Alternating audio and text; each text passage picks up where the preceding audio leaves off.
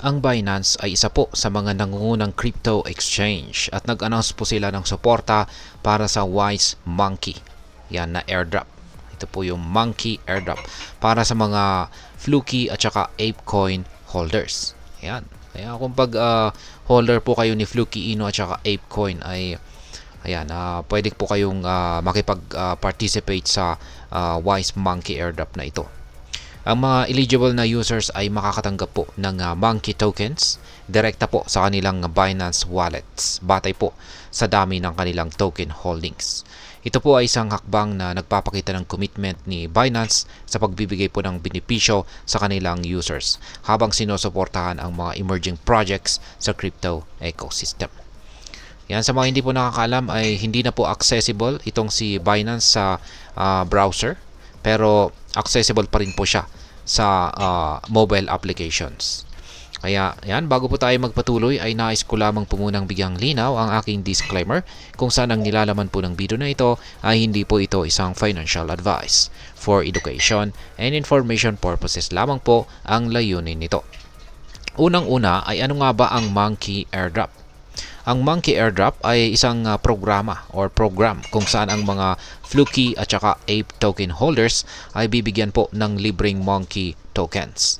Ayon po kay Binance, ang distribution ratios ay nakasaad bilang 0.35 Monkey para sa bawat Fluky token at 804,828 Monkey para sa bawat Ape token.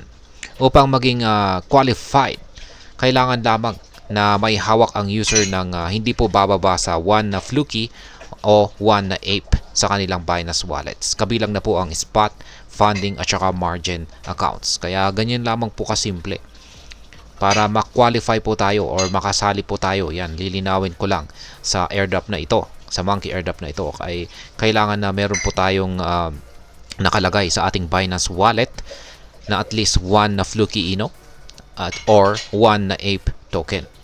Yan, maski saan po nakalagay yan. Maski nakalagay po yan sa spot sa spot wallet natin, sa funding wallet or sa margin account ay automatic kasali na po tayo diyan. Kaya ayan. Kailan naman po ang snapshots? Napakalaga po ng snapshot dates dahil dito batay ang airdrop allocation. Para sa mga Ape holders, ang snapshot ay gaganapin.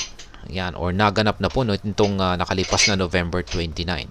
Ayan, kaya natapos na po yung snapshot kay Ape. Yan, para sa mga Ape holders. Pero sa mga Fluky holders naman, ito po ay magaganap pa sa paparating na December 15. Kaya ayan, ang mga deposits o withdrawals na isinagawa habang isinasagawa po ang snapshot ay hindi po isasama. Kaya dapat tiyakin na ang balanse ay aktibo. Ngayon ay ano po ang posibleng epekto ng airdrop na ito dito kay Fluky at saka Ape.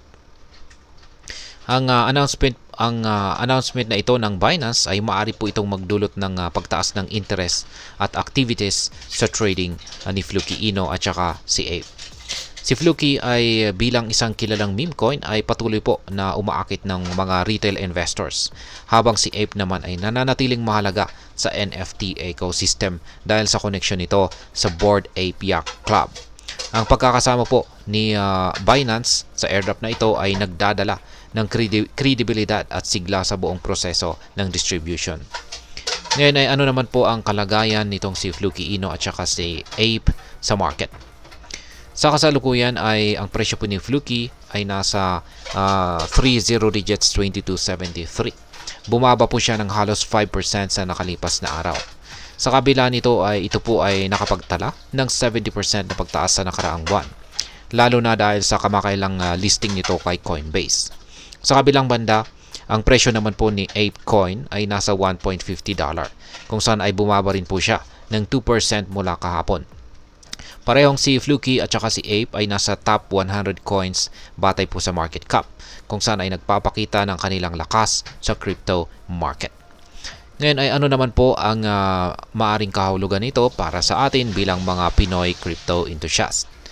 Yan, lalong-lalo na yung mga nag-hold dyan o nag-trade ng Fluky Ino at saka dito kay Ape. Yan, ang Monkey airdrop na ito ay isang magandang oportunidad po ito para makatanggap ng libreng tokens na may potensyal na tumaas ang halaga. Ngunit mahalaga ring mag-ingat lalo na't ang ganitong airdrop ay madalas na sinasamahan po ng mataas na volatility. Si Fluky at saka para sa mga Fluky, Ino at saka Ape holders ay maaari pong makinabang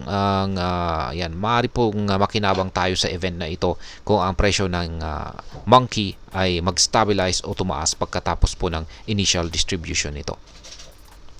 Ngayon ay ano naman po ang aking masasabi tungkol dito? Ang Monkey airdrop ay isa po itong makabagong hakbang na nagdudulot ng excitement at pagkakataon para sa crypto community.